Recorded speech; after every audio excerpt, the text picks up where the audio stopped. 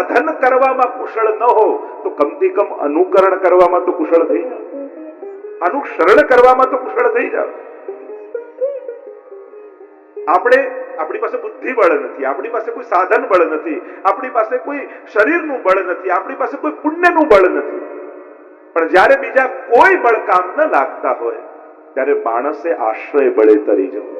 હા, આપણે જે શ્રી વલ્લભનો આશ્રય કર્યો છે એ સર્વથી અધિક છે.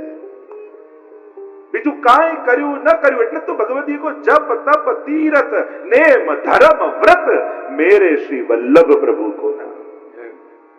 કોઈ જપ કરે, કોઈ તપ કરે, કોઈ તીરથ કરે, કોઈ નેમ રાખે, કોઈ ધર્મ કરે અને આપણાથી કાંઈ ન થાય તો નિસ્સાધન જનહિત કરવા શ્રીનાથ વિઠ્ઠલ આવ્યા. આ નિસ્સાધન જનો જે આ બધું કરવા અસક્ષમ છે, અસમર્થ છે, એને શું કરવું? तो कलयुग में सब धर्म के द्वारे रोके आए, श्री वल्लभ खिड़की प्रेम की निकस जाए सो जाए. एक वल्लभના નામની બારી ખુલ્લી છે, એમાંથી જે નીકળી ગયો એ નીકળી ગયો. તો એવા શ્રી વલ્લભે જે વ્રજ ભક્તોની રીત અને પ્રીત આ બંને આપણને આપી છે. અને એટલા માટે ભાવની મહત્તા ખરી, પણ રીતની પણ એટલી જ મહત્તા છે. આ ગોપીઓની રીત છે. તમે જે મંગળા કરાવો છો, પ્રાત સમય ઉઠી કે બ્રજબાલા ગાવત મંગલ ગીત રસાલા કર શૃંગાર મથનિયા ધોવે અપનો અપનો દહ્યો બિલોવે. આ શું છે? આ ગોપીઓની રીત છે. તમે જે શૃંગાર કરો છો, કનક પાટ બેઠે મનમોહન લાગ રહી જસુમતી અતિ ગોહન, આ ગોપીઓની રીત છે. એમ છેક મંગળાથી શયન સુધી પોતાના અસ્તિત્વને ભૂલી પોતાની ભીતર રહેલી ગોપીને જાગૃત કરી અને પ્રભુની સન્મુખ જ્યારે જાઓ છો ત્યારે સાક્ષાત વ્રજ ભક્તોનો આનંદ ઠાકોરજી તમને આપે છે. આજ આપણો વૈભવ છે. તો એ ગોપીઓના આ શબ્દો જે ગોપી ગીતમાં સમાહિત છે, આ શબ્દો પણ સાધારણ નથી. આ ગોપીઓના હૃદયના આર્તનાદ છે, પુકાર છે.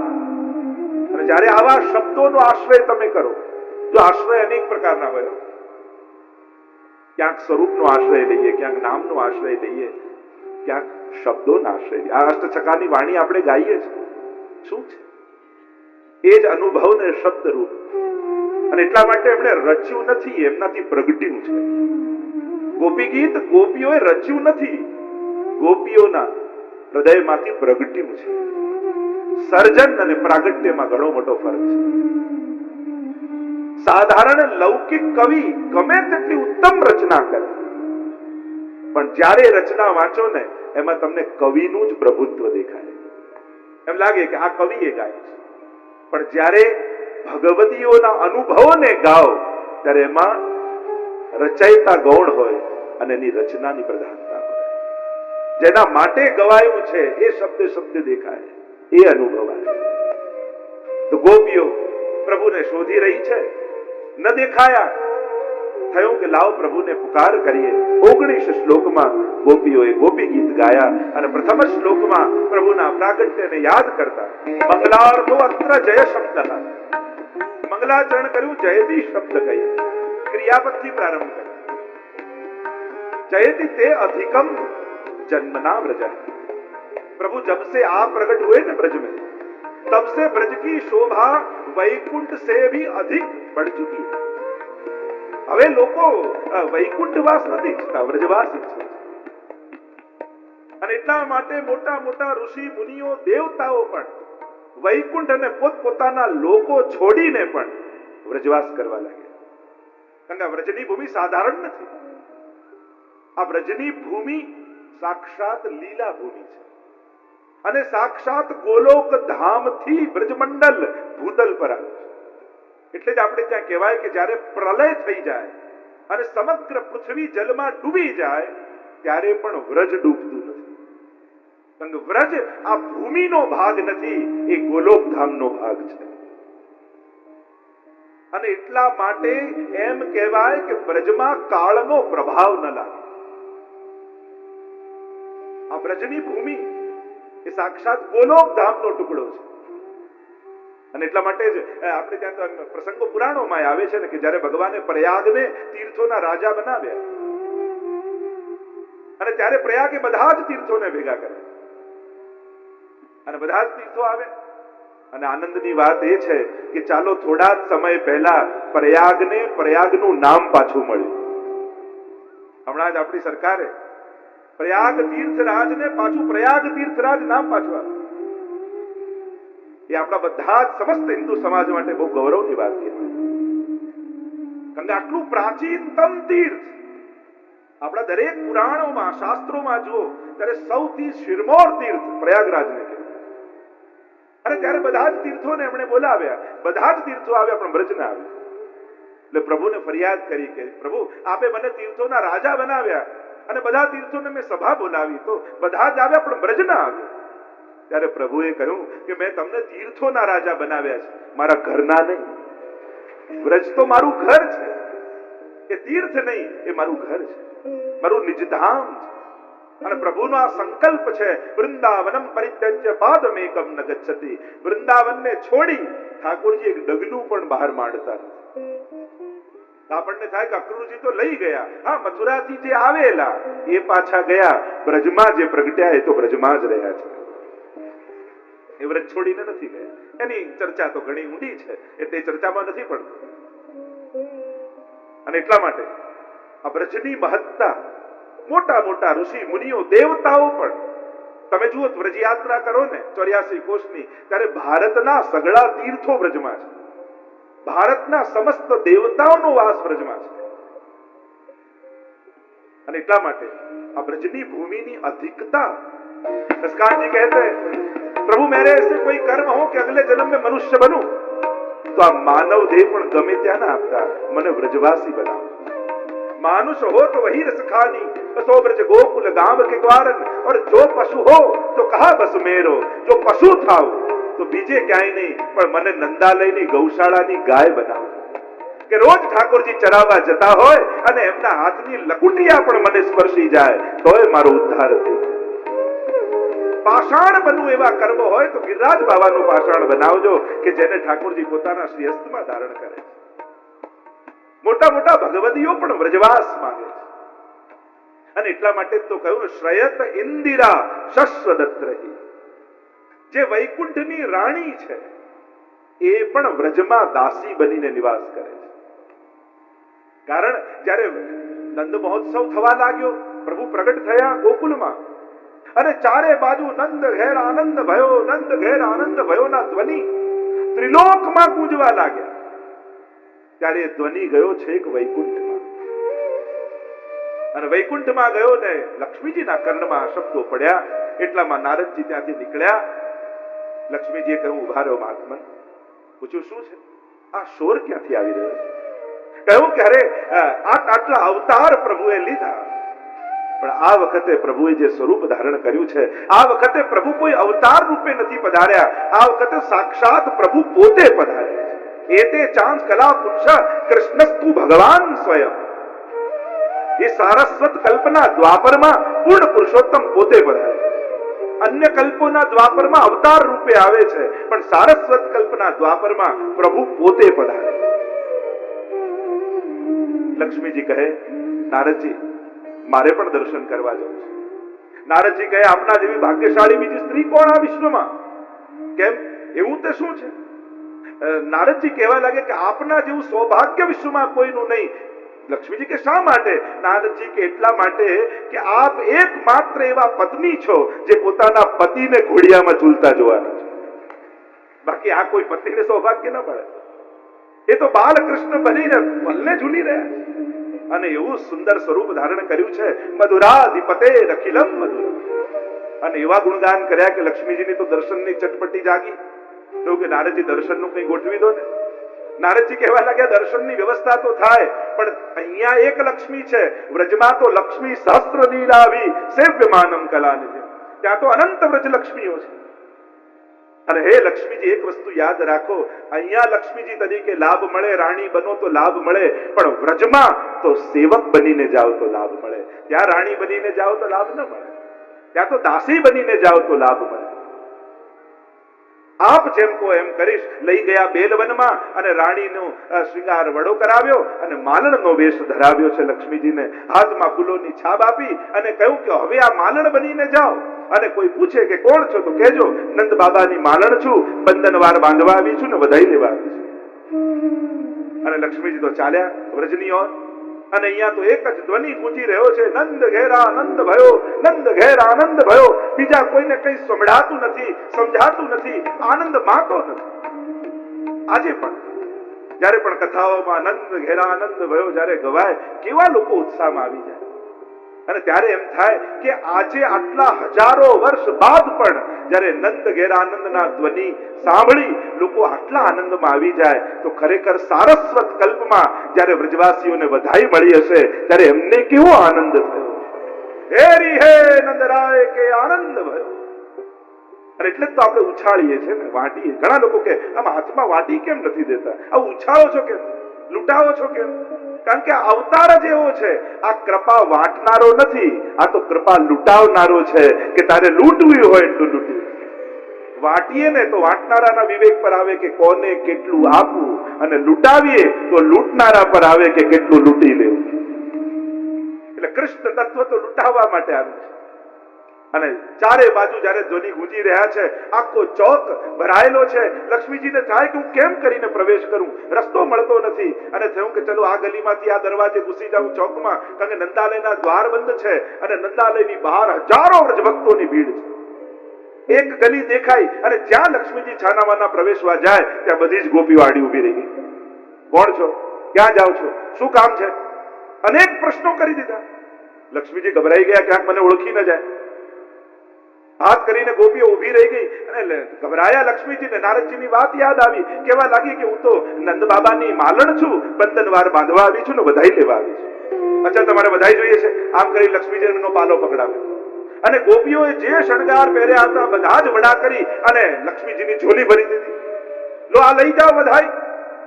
લક્ષ્મીજી ઝોલીને જુએ, ગોપીઓને જુએ, ઝોલીને જુએ, ગોપીઓને જુએ અને મનમાં વિચાર કરે કે આખી દુનિયા મારી આગળ ઝોલી ફેલાવે, પણ ધન્ય છે આ વ્રજાંગનાઓ જે લક્ષ્મીની ઝોલી ભરી દે છે. ધર્મ હિતે પાયો યહ ધન, ધર્મ હિતે પાયો. એટલે ધનતેરસ આવે ને ત્યારે બધા ધન ધોવા લાગ્યા અને યશોદાજી લાલનને સ્નાન કરાવવા લાગ્યા. એટલામાં એક ગોપી નીકળીને કહેવા લાગી, યશોદા તો કો લાલન કો ધન નહીં ધોનો, આ ધનતેરસ. અને યશોદાજી લોટો લીધો જલનો અને લાલનના મસ્તક પર જલ રેડીને કહ્યું, ધન ધોવત નંદરાની. આપણી ધનતેરસ કઈ? ધન્ય તે રસ, જે રસ રાસમાં મળ્યો છે એ રસ ધન્ય છે, એ જ આપણી ધનતેરસ. કારણ પુષ્ટિ માર્ગે હરિર્દાસ્યમ ધર્મો અર્થો હરિરેવહી. અર્થરૂપ તો સ્વયં પ્રભુ છે. લક્ષ્મીજીની ઝોલી ભરાઈ, ખૂણામાં ગયા અને બધું ધન કાઢ્યું. નારદજીને કહેવા લાગ્યા, નારદજી તમે કઈ રસ્તો કરો, મને પ્રભુના દર્શન થાય. અને નારદજી આગળ આગળ ચાલે, હટો હટો હટો હટો કરતા કરતા રસ્તો કરાવી અને જ્યાં દ્વાર ખોલ્યા નંદાલયના, લક્ષ્મીજીને પ્રવેશ કરાવે એમ દ્વાર બંધ કર્યું. લક્ષ્મીજી છેક પહોંચી ગયા ચોકમાં અને દૂરથી દર્શન કરે અને નિજ મંદિરમાં રત્ન જડિત સોનાના પલ્લામાં લાલન બોઢેલા છે અને યશોદાજી લાલનને પલ્લું ઝુલાવ્યું. અને જ્યાં લાલનના મુખારવિંદના દર્શન કર્યા, એ નીલમણિ અલૌકિક તેજ કાંતિ વાળા પૂર્ણ પુરુષોત્તમ બાલકૃષ્ણના દર્શન થતા જ અવાક બની ગયા લક્ષ્મીજી. થયું કે હું શું કરું, મારી પાસે તો કાંઈ નથી, લાવો એમ કરું સાષ્ટાંગ દંડવત કરી દઉં ઠાકોર. અને જ્યાં સાષ્ટાંગ દંડવત કર્યા એટલામાં કોઈએ નંદાલયનો દ્વાર ખોલી દીધા. હજારો વ્રજભક્તો અંદર આવી ગયા. લક્ષ્મીજીને આવતા બધાએ જોયા પણ જતા કોઈએ ન જોયા. એટલે કહ્યું, શ્રયત ઇન્દિરા શશ્વદત્ત રહી. લક્ષ્મીજીનો ત્યાં અખંડ નિવાસ થઈ ગયો. એટલે જ નંદ મહોત્સવમાં વર્ણન આવ્યું, તત આરભ્ય નંદસ્ય વ્રજ સર્વ સમૃદ્ધિમાં. વ્રજની સર્વ સમૃદ્ધિઓ વ્રજમાં આવીને નિવાસ કરી. લક્ષ્મીજીએ અખંડ નિવાસ વ્રજમાં કર્યો. એવી વ્રજની મહત્તા. જયતિ તે અધિકમ જન્મના વ્રજ શ્રેયત ઇન્દિરા શશ્વદત્ત રહી. એકવાર જ્યારે બહુ વિવાદ ચાલ્યો કે વ્રજ મોટું, વ્રજનો મહાત્મ્ય મોટું કે વૈકુંઠનું, બ્રહ્માજી વિચારમાં પડ્યા અને થયું કે લાવ હું જ તોડીને જોઉં. મોટું તરાજુ લીધું, એક પલડામાં વ્રજ રાખ્યું, બીજા પલડામાં વૈકુંઠ રાખ્યું. લાવ જોઉં તો ખરા ભારે કોણ. જે હલકું હતું એ ઉપર જતું રહ્યું અને જે ભારે હતું એ નીચે રહી ગયું. જયતિ તેધિકમ જન્મના વ્રજ. જ્યારે ઠાકોરજી કહેવા લાગ્યા કે વ્રજભક્તો એકવાર તો વૈકુંઠ આવો. વ્રજભક્તો કહે આવીને કરીએ શું? કારણ કે વૈકુંઠ આવીએ તો અમારે આપને આધીન બનવું પડે અને વ્રજમાં આપ અમારે આધીન બનો છો. ઠાકોરજી કે એક વાર આવો. પણ વ્રજભક્તો કહે કે 3 વસ્તુ ત્યાં હોય તો અમે આવીએ. પ્રભુ કે કઈ 3 વસ્તુ? વ્રજભક્તો કહેવા લાગ્યા કે આ 3 વગર અમારો કૃષ્ણ અધૂરો છે. એક છે ચરણમાં રેણું, બીજી છે હાથમાં વેણું અને ત્રીજું છે બાજુમાં દેણું. આ 3 ન હોય તો અમારો કૃષ્ણ અમારો કૃષ્ણ. કહ્યું કે અમે આવીએ તો ખરા, પણ વ્રજ જેવી રેણું વૈકુંઠમાં છે. તો પૂછ્યું કે વ્રજની રેણું કેવી? તો કહ્યું મુક્તિ કહે ગોપાલ સો મેરી મુક્તિ બતાય. એકવાર મુક્તિ વિચારમાં પડી અને કહેવા લાગી પ્રભુને કે પ્રભુ હું તો બધાની મુક્તિ કરાવતી ફરું છું, પણ મારી મુક્તિ ક્યારે? મુક્તિ કહે ગોપાલ સો મેરી મુક્તિ બતાય. ત્યારે ઠાકોરજીએ કહ્યું કે વ્રજરજ ઉડી મસ્તક લગે તો મુક્તિ મુક્ત હે જાય. આ વ્રજની રજ ઉડીને તારા માથે લાગે ને તો એ મુક્તિ તુંય મુક્ત થઈ જાય. એવું મહાત્મ્ય આ વ્રજની રજનું છે. વ્રજમાં મહત્તા રજની છે. અને આ રજ ક્યાં છે? કોની કોની રજની મહત્તા છે? એટલે તો મધુરાષ્ટકમાં મહાપ્રભુજી કહ્યું ને રેણુર મધુરા. રેણુ મધુર છે. રજ ક્યાં અને કોની કોની? વ્રજમાં આટલી રજની મહત્તા, આટલી રજ એ વ્રજનો વૈભવ છે જે વૈકુંઠમાં નથી મળતો. એમાં પહેલી રજ છે ઠાકોરજીના ચરણારવિંદની રજ. બીજી રજ છે ગોપીઓના ચરણની રજ. વંદે નંદ ભજ સ્ત્રીણામ પાદ રેણુમ અભિક્ષસઃ. જે ઉદ્ધવજીએ કહ્યું આશા મહો ચરણ રેણુ જુષામ અહંચામ. કોઈ ગુલબલતા ઔષધિ મને બનાવો, એનાથી શું થશે, શું મળશે? તો કે ગોપીઓની ચરણ રજ મને મળશે. અને ત્રીજી રજ વ્રજમાં છે અને એ છે ગોધુલી, ગાયોની ખુર રજ. આ 3 રજની મહત્તા વ્રજમાં છે. એટલે જ આપણે ત્યાં મુહૂર્ત શાસ્ત્રમાં પણ અમારા વલ્લભપુરમાં તમે લગ્નની કંકોત્રીમાં જુઓ ને તો વિવાહનો સમય કયો લખ્યો હોય? તો લખ્યું હોય ગોધુલી બેલા. જૂના સમયમાં આપણો સમય પણ ગાય આધારિત હતો. એટલી બધી ગાયની મહત્તા આપણા જીવનમાં. એટલે સંતો માટે ને ભક્તો માટે તો સુખદેવજી માટે તો લખ્યું છે કે કેટલો સમય એક ઘરમાં રોકાય કે ગોદોહન સમય છે. સમય પણ ગોદોહન લગભગ 24 મિનિટ જેવું લાગે ગાય ધોતા. અને ગોદોહનનો સમય ગોધુલી બેલા. મુહૂર્ત શાસ્ત્રમાં સૌથી ઉત્તમ મુહૂર્ત એ કહેવાય કે જ્યારે ગાયો વનમાંથી ચરીને પાછી ગામમાં આવતી હોય અને એમની ખુરજ આખા ગામમાં વ્યાપેલી હોય, એનાથી પવિત્ર બીજો કોઈ સમય નથી. આ ઉત્તમમાં ઉત્તમ સમય. તો આ 3 રજ વ્રજનો વૈભવ છે. અને એટલા માટે વ્રજમાં જાઓ તો રજથી ડરવું કે બચવું નહીં, રજમાં જ નાહવું. પ્રભુદાસ ચલોટાને તો મહાપ્રભુજીએ કહ્યું ને કે આ વ્રજ રજ પણ એક સ્નાન છે. આ રજનું સ્નાન છે. કદાચ જલથી ન કર્યું હોય તો વાંધો નહીં, પણ રજથી નાહેલો પણ અપરસમાં જ કહેવાય. આ 3 રજ દુર્લભ છે. આ 3 રજ ક્યાં મળે? સુરદ અમંદ રેણુ ઉત્કટામ. ઘણી વાર લોકો ઉનાળામાં યમુનાજી દર્શને જાય, વ્રજમાં જાય અને જલ ન હોય તેમ કે અમને તો યમુનાજીના દર્શન જ ન થયા. અરે યમુનાજી કેવલ જલમાં નથી, ત્યાંની રજમાં પણ યમુનાજી બિરાજે. એટલે કેવલ જલની સેવા તો હવે આવી. પ્રાચીન વાર્તા સાહિત્યમાં તમે જ્યાં પણ જુઓ, ગુસાઈજીએ કોઈને યમુનાજીની સેવા પધરાવી હોય તો જલના લોટીજી નથી પધરાવ્યા, પણ રજના પોટલીજી પધરાવી. યમુનાજીના રજની સેવા કાત્યાયની વ્રતમાં તમે જુઓ કોની ઉપાસના કરી, કોની આરાધના કરી, સેનાથી સ્વરૂપ બનાવ્યું યમુનાજીના રજથી. અને એટલા માટે સૌથી પહેલી રજ ક્યાં છે? તો કે શ્રી યમુનાજી. જલ કરતા પણ જ્યાં રજ અધિક છે, આ વ્રજનો વૈભવ છે. બીજી રજ ક્યાં છે? તો કે ગિરિરાજજીમાં. વ્રજ રજ में लोटत गोविंद कुंड में नहिए तरे ते श्री गोवर्धन की. ઠાકોરજીની રજ બીજી રજ ક્યાંક હોય તો એ ગિરિરાજજીની તળેટીમાં છે. જો દિવસની લીલા ઠાકોરજીની તળેટીમાં થાય અને રાત્રિની લીલા ગિરિરાજજીની કંદરાઓમાં થાય. દિવસની લીલા યમુનાજીના તટ ઉપર થાય અને રાત્રિની લીલા યમુનાજીના પુલીનમાં થાય. તિહારો પુલિન મોહી ભાવે યા ગોવર્ધન ગિરી સઘન કંદરા રૈન નિવાસ કિયો પિય પ્યારે. વ્રજમાં અહર્નિશ લીલાઓ છે. અહ એટલે દિવસ, અનિશ એટલે રાત્રિ. અખંડ લીલાઓ વ્રજમાં ચાલી રહી છે. અને ત્રીજી રજ ક્યાં મળે તો કહ્યું વૃંદાવન. ગોરજ છૂરિત શ્યામલમ ધનરજસ્વલમ, પ્રભુનું મુખારવિંદ એ રજથી મંડિત થયું હોય અને એમે આપણા ઠાકોરજી છે ને બહુ વ્યવસ્થિત રીતે તૈયાર થયા હોય ને એના કરતા અવ્યવસ્થિત હોય ને ત્યારે વધારે સુંદર લાગે. વિખરાયેલા વધારે સુંદર લાગે. વિશ્વસ્તુતિમાં પણ તો યુધિતુર ગરજો વિધુમ્ર વિશ્વ વચલુલિત શ્રમવારી અલંકૃતાસ્ય. ઘોડાઓની લગામ ખેંચી ખેંચીને ઠાકોરજી રથને ક્યારેક આમ ને ક્યારેક આમ ને ક્યારેક આમ દોડાવે. અને એ ખુરરજ અશ્વની ઉડી હોય, પ્રભુનું શ્રીઅંગ મંડિત હોય. શ્રમવારી સાધારણ લૌકિક ભાષામાં પરસેવો કહીએ, પણ પ્રભુ તો રસોવઈ સહજ રસ સિવાય કાંઈ નથી. શ્રમવારીથી અલંકૃતા સુશોભિત છે. હવે વિચાર કરો તમે, કોઈના વાળ વિખરાયેલા હોય, ધૂળથી ખરડાયેલો હોય, પરસેવે રેપ જેબ હોય, એ સુંદર લાગે? એ તો કદરૂપો લાગે. મહાપ્રભુજી કહે કે પ્રભુ સુંદર એટલા માટે લાગે છે, એનું એક જ કારણ છે, કારણ કે આ જે શ્રમ છે ને એ ઠાકોરજી ભક્ત માટે કરેલો છે, એટલા માટે પ્રભુની સુંદરતા નીકળી રહી છે. એમના સૌંદર્યમાં અભિવૃદ્ધિ થઈ રહી છે, કારણ કે ये जो श्रम प्रभु ने किया है वो भक्तों के लिए किया. अव्यवस्थित વધારે સુંદર લાગે. અહીંયા કહ્યું કુટિલ કુંતલમ શ્રીમુખં ચ તે જડ ઉદીક્ષતામ પક્ષ્મકૃતૃષા. વિખરાયેલા પ્રભુ વધારે સુંદર લાગે. આ પ્રભુની શોભા છે. અને એટલા માટે આ રજની મહત્તા બ્રજમાં છે, રેણુની મહત્તા છે. હાથમાં વેણું જોઈએ. પ્રભુ કે વૈકુંઠ